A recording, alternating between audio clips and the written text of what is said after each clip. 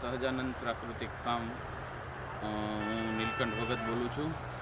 મિત્રો, આપણે આગળના ભાગની અંદર આપણા ફાર્મની અંદર જે શાકભાજીનું મોડલ છે, જેટલા પ્રકારના શાકભાજી છે એની આપણે વિસ્તૃત વિડીયોમાં માહિતી આપી હતી, કેવી રીતે વાવેતરને આ તે બધું. આજે આપણે ગાય માતા માટે જે લીલો ચારો જેને કહેવાય મકાઈ, એની વાત કરવાના છીએ અને એ સિવાયના જે કંઈ પાક છે એને આપણે બતાવશું આજના વિડીયોની અંદર. તો વિડીયોમાં તમે જોજો આગળ કે ભાઈ અત્યારે આપણે જોઈએ તો મકાઈ જેમ કપાસ ને અઘરા પાક થઈ ગયા, મરચીને એની જેમ મકાઈ પણ એટલો બધો સેન્સિટિવ પાક થઈ ગયો કે મકાઈની અંદર પુષ્કળ પ્રમાણમાં ઈયળો આવે છે અને માણસો મકાઈ વાવવાનું બહુ ઓછું કરી નાખ્યું છે. તો આજે મારે તમને એ કહેવાનું છે કે અમારા ફાર્મની અંદર આ તમે જોઈ શકો છો, આ મકાઈનો પાક, એની ગ્રીનરી, એની નરવાઈ, કોઈ પણ પત્તાની અંદર એક પણ પ્રકારની ઈયળ કે સડો કે કોઈ પણ પ્રકારનું કાંઈ જોવા મળતું નથી. અને આ મકાઈનો પાક આજે 32 દિવસનો થયો છે અને એના તમે પત્તા અને એની નરવાઈ તમે જુઓ તો તમને ખ્યાલ આવે કે ભાઈ આની અંદર કોઈ પણ પ્રકારનો જેને ભૈડો કહેવામાં આવે છે મકાઈમાં, તો એ ભૈડો બિલકુલ આમાં જોવા મળતો નથી. એનું જો કોઈ મુખ્ય કારણ હોય તો આપણી જમીન જ્યારે એવી ફળદ્રુપ બની જાય ત્યારે લગભગ બધા મોટા ભાગના રોગનું નિયંત્રણ કુદરતી રીતે થઈ જતું હોય છે. અત્યારે આમાં ગોતવા જવું પડે, આપણે બતાવીશ. મેં તો દિવસમાં ઘણી વખત જોતો એટલે જોયેલ છે કે આની અંદર અત્યારથી ડાળિયા આવી ગયા છે. મોલો મસી આવવાના હોય એ પહેલાં ડાળિયા આવી ગયા છે અને એ એનું કંટ્રોલ કરે છે. તો આની અંદર મિત્રો આપણે જે આગલા વિડીયોમાં કહ્યું હતું એ મુજબ જ આપણા ફાર્મની અંદર ગોબર ગેસની સ્લરી, જે આગળ તમને મેં વિડીયોમાં પણ બતાવ્યું કે ભાઈ શેરડીનો પાક છે એમાં આપણે કેવી રીતે ગોબર ગેસની સ્લરી આપીએ છીએ, એ સ્લરી જ આપીએ છીએ. અને આની અંદર પાયામાં પણ અમે ઘન જીવામૃત કે નાખવામાં પહોંચ્યા નથી અને એ પણ નાખ્યું નથી. છતાં પણ એકદમ સરસ મજાનું કોઈ પણ પ્રકારની ડેફિશિયન્સી વગરનો મકાઈનો પાક તમે આ જોઈ શકો છો. અને સ્પ્રેની અંદર વાત કરીએ તો આજે 32 દિવસની અંદર માત્ર એક વખત સ્પ્રે કરવામાં આવ્યો છે, અમાસના દિવસે. એની અંદર આપણે ગૌકૃપા અમૃતમ બેક્ટેરિયા પ્લસ ગોબર ગેસની સ્લરી, જેને અમે ફર્મેન્ટેશન કરીને ટૂંકમાં વાઇબ્રોની અંદર ગાળી અને એને નાખેલી છે. ગૌમૂત્ર નાખેલું છે અને એમની સાથે આપણે આમાં બિવેરિયા બાસિયાના કરીને જે મિત્ર ફૂગ આવે છે આપણે બેક્ટેરિયા, એને આપણે આમાં છંટકાવ કર્યો છે એક વખત. હવે કદાચ 1-2 વખત છંટકાવ કરશું તો આ મકાઈ આપણી તૈયાર થઈ જશે. માત્ર 2 જ પિયત આપવામાં આવ્યા છે આ મકાઈમાં, છતાં પણ મકાઈની ગ્રીનરી ને એની તંદુરસ્તી ને બધું ઓકે છે. તો એના ઉપરથી આપણને ખ્યાલ આવે કે ભાઈ પ્રાકૃતિક ખેતીમાં આ વસ્તુ પણ શક્ય છે. મિત્રો, આ આપણા ફાર્મની અંદર જે મરચીનો વિભાગ છે એની અંદર આપણે આવ્યા છીએ. તો મરચીની આ વર્ષે વાત કરીએ તો લગભગ ફેલ છીએ અમે, કે જેને અમે ફેલ જ ગણીએ છીએ. છતાં પણ કેવા થયા છે એ તમને બતાવું કે છતાં પણ આટલા મરચાં આવી રીતના થયા છે. જુઓ, આ મરચાં જુઓ,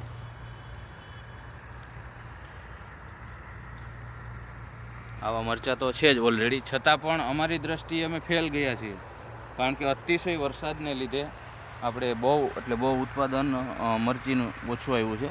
છતાં પણ આટલા મરચાં આવી રીતના છે. આ તમે જોઈ શકો છો, અમુક લાલ થવા માંડ્યા છે અને લીલા.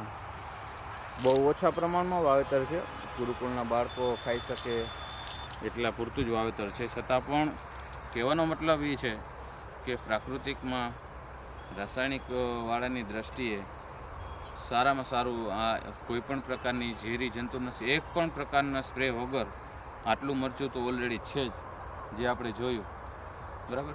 અને આગળ તમને હળદરનું જે બતાવવામાં આવ્યું હતું, તો હળદરનું પણ હવે હાર્વેસ્ટિંગની તૈયારી થઈ ગઈ છે. 1 મહિનાની અંદર પાક ઉપર આવી ગઈ છે. ત્યારે એનો આપણે અલગથી વિડીયો બનાવશું.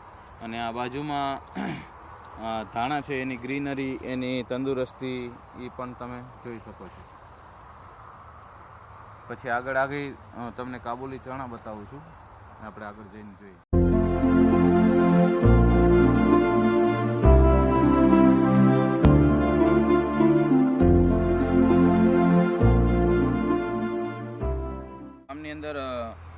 કાબુલી મોટા સફેદ ચણા કહેવાય. એનું લગભગ 2 કે 2.5 એક એકર એટલે કે 2.5 વીઘા જેવું વાવેતર છે.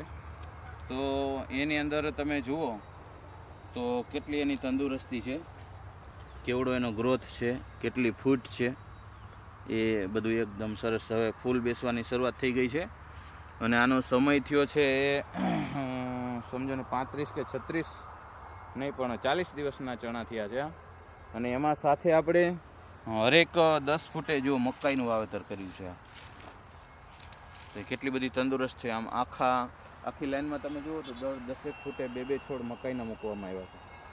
બીજું, ચણાની અંદર બહુ ઓછા પ્રમાણમાં પિયત જોતું હોય છે. આપણે ઘણી વખત ખેડૂતો પિયતમાં બહુ મોટી ભૂલ કરે છે, એના કારણે રોગ આવી જતા હોય છે. આમાં કોઈ પ્રકારનો રોગ, એક પણ છોડ સુકાતો નથી, કોઈ દવા નથી નાખવામાં આવી, કોઈ પટ મારવામાં નથી આવ્યો. માત્ર ટ્રાઇકોડર્મા આપણે અગ્નિહોત્રની ભસ્મ અને ગૌકૃપામૃતમ છાંટી અને એનો જ આપણે પટ મારીને, એ આગલા વિડીયોમાં કીધું જ છે, એનું વાવેતર કર્યું છે આપણે. કોઈ સુકારો કે કાંઈ છે નહીં.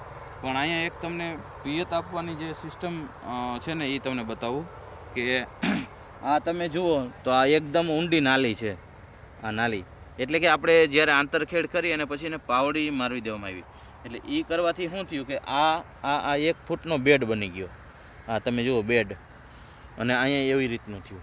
તો પાણી આપણે જ્યારે પિયત આપીએ ત્યારે આની અંદર પાણી હાલે અને અહીંયા માત્ર એને વાપસા મળે, એટલે કે ભેજ મળે. એટલે હવાની અવર જવર ચાલુ થાય એટલે કોઈ પણ છોડને માત્ર ભેજ જોઈએ છે. અને જ્યારે એવી કન્ડિશન ઊભી થાય, વાપસા કન્ડિશન જેને કહેવાય એ ઊભી થાય, એટલે ઓટોમેટિકલી એમાં બધી પ્રકારના જે પોષક તત્વો જમીનમાંથી લેવાના જે તંતુમૂળ છે, વ્હાઇટ રૂટ જેને કહેવાય, એ પુષ્કળ પ્રમાણમાં ડેવલપ થાય અને છેક દૂર જઈને પોષક તત્વો લઈ શકે. એટલા માટે આપણે પિયત આપવામાં ખાસ તકેદારી રાખવી જોઈએ. આ ચણામાં મિત્રો 24ની જાળીએ, આમ બતાવો, 24ની જાળીએ બધા પાટલા અડી ગયા છે ચણાના, તમે જોઈ શકો છો સીધી લાઈનમાં. તો આની અંદર એક જ પિયત આપવામાં આવ્યું છે, એક ઉગવાનું અને ત્યાર પછી એક. આજે 40 દિવસ થયા છે, છતાં પણ કેટલો બધો ગ્રોથ અને જે કંઈ છે એ આપણી નજર સામે છે.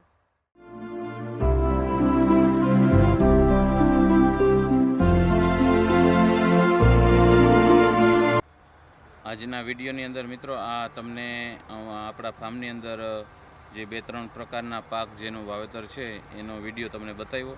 હજી આગળ પણ આપણા ફાર્મની અંદર દેશી ચણાનું વાવેતર પણ મોટા પ્રમાણમાં છે, 9-10 વીઘાનું. ત્યાર પછી જામફળી છે, એની અંદર પપૈયા, કેળા, મિક્સ પાક છે ઘણા બધા.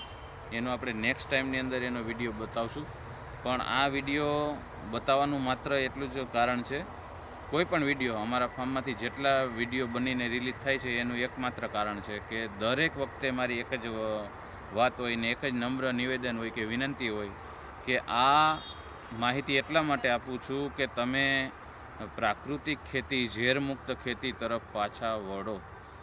જાજુ નહીં તો ધીમે ધીમે કરીને પણ આપણે રાસાયણિક ખેતીને ઓછી કરતા જઈએ અને ઝેરમુક્ત ખેતી વધારતા જઈએ.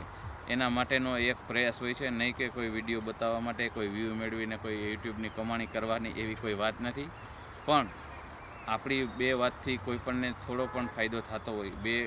કદાચ આ વિડીયો જોઈ, મારી 1000 વિડીયો જુએ એમાંથી કદાચ 2 માણસ જો આવું કરશે, જાજુ નહીં તો તમે તમારા ફેમિલી પૂરતું, તમારા સગા સંબંધી પૂરતી થોડી માત્રામાં પણ આવી ખેતી કરો, એ જ અમારો આશય હોય છે. એના એટલા માટે જ વિડીયો બનાવીએ છીએ.